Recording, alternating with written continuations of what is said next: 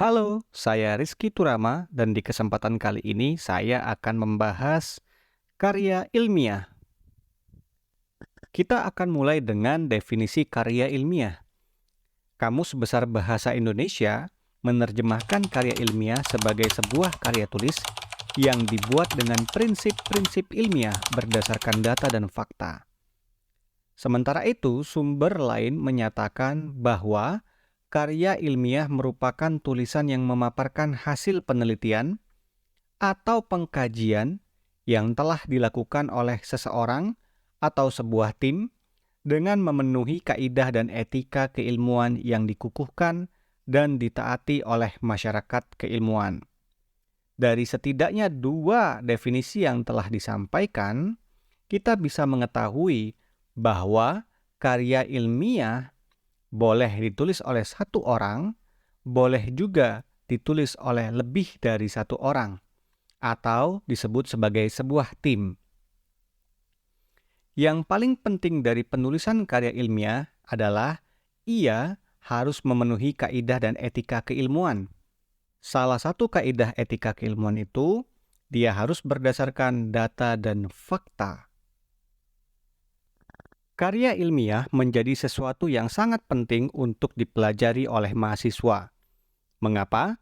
Karena di Indonesia, karya ilmiah digunakan sebagai salah satu syarat untuk kelulusan mahasiswa. Karena itu, kita tidak boleh menyepelekan sistematika penulisan karya ilmiah. Ada beberapa hal penting yang harus ada di dalam sebuah karya ilmiah. Yang pertama, judul, abstrak, pendahuluan,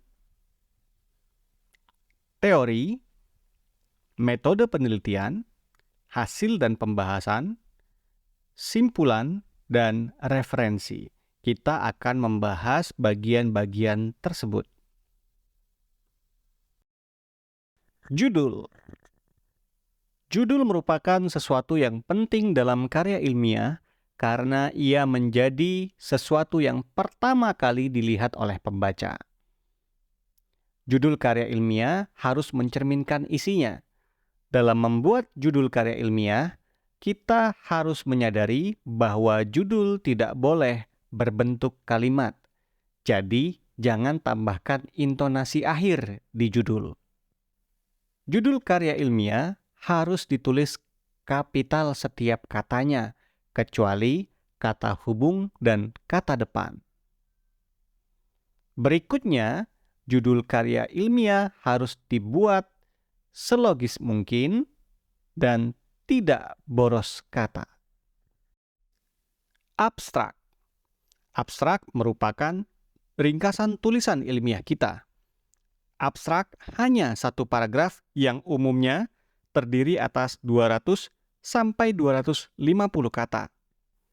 Kalimat pertama abstrak sebaiknya menjelaskan masalah yang dibahas dalam karya ilmiah, diikuti dengan tujuan, metode, hasil, dan kesimpulan karya ilmiah kita. Abstrak diakhiri dengan kata-kata kunci. Kata kunci yang digunakan dalam abstrak menentukan indeks pustaka artikel.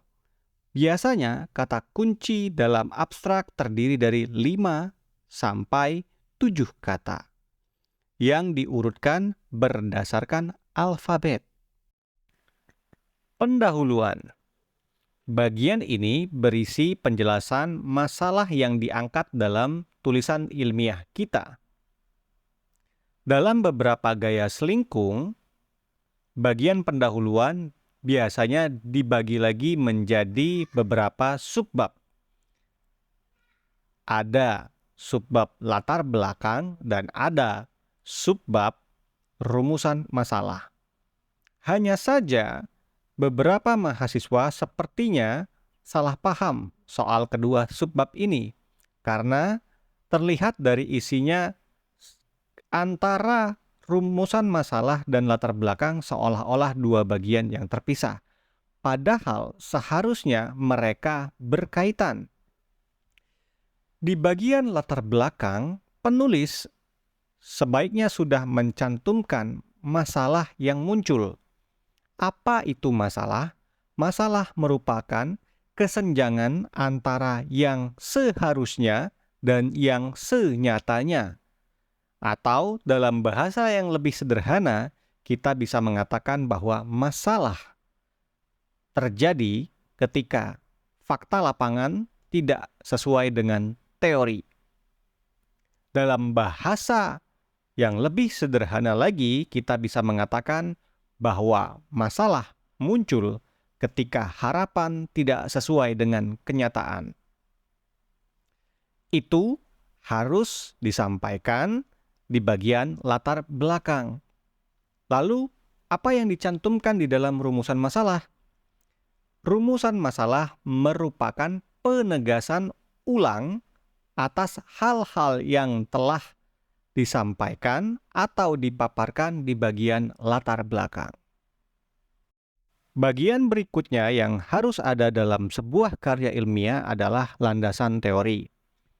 Landasan teori boleh disebut sebagai kerangka berpikir dan konsep-konsep teoretis yang akan digunakan untuk memecahkan masalah yang ada dalam karya ilmiah kita.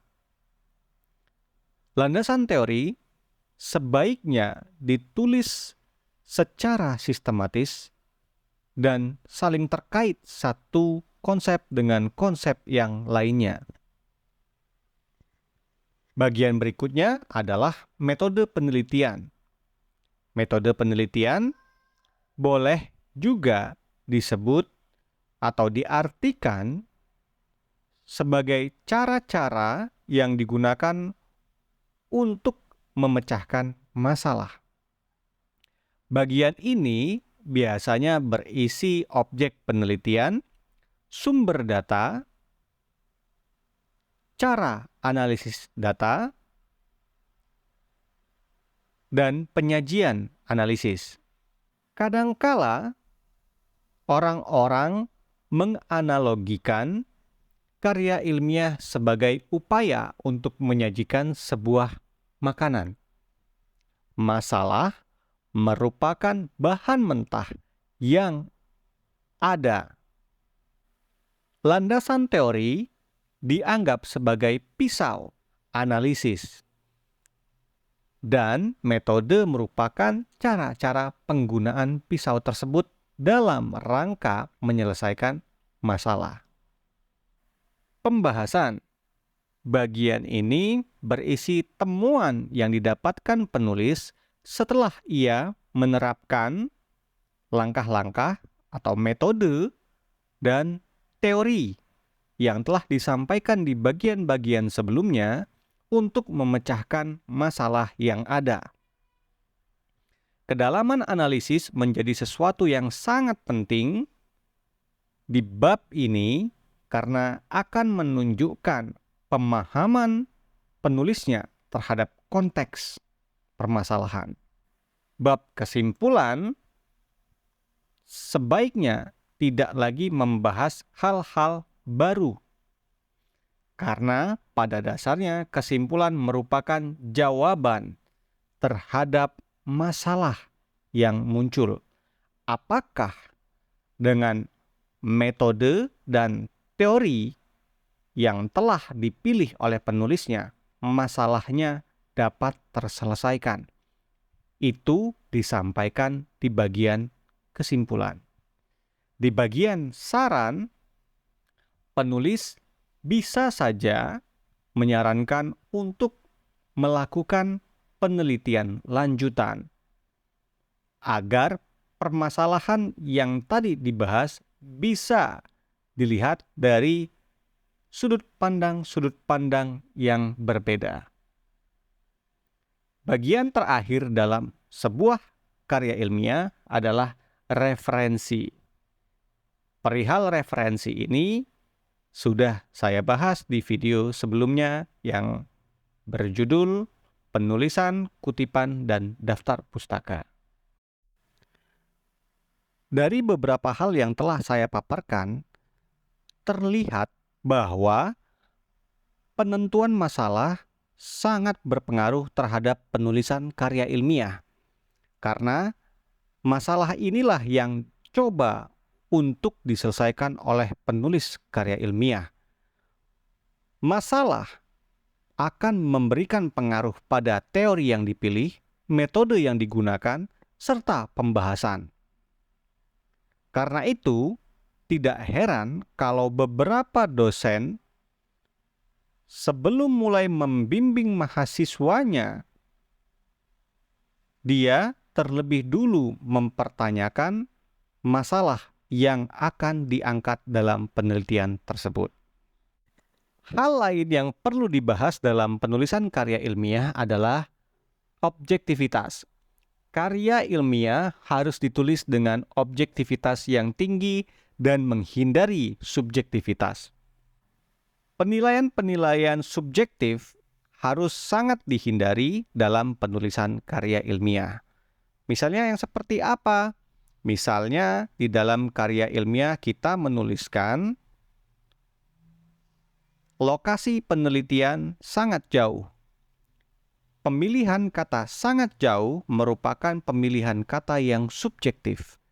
Dalam karya ilmiah, kita harus menghindari pemilihan kata yang seperti itu dan menggantikannya dengan hal-hal yang objektif dan terukur. Misalnya dengan mengganti kalimatnya menjadi lokasi penelitian berada 32 km dari kota Palembang. Dalam rangka meningkatkan objektivitas ini, penulis juga sebaiknya menghindari kalimat-kalimat yang memunculkan dirinya.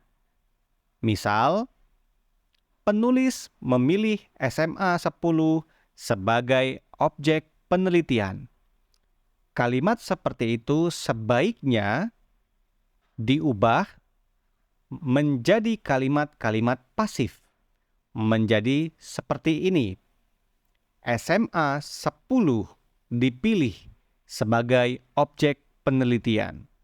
Mengapa begitu?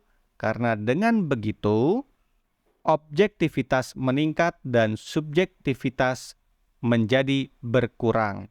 Dan fungsi kalimat pasif salah satunya adalah untuk menyamarkan subjek. Ya, itulah beberapa hal yang bisa saya jelaskan berkaitan dengan penulisan karya ilmiah. Semoga bisa bermanfaat dan sampai jumpa lagi di video selanjutnya.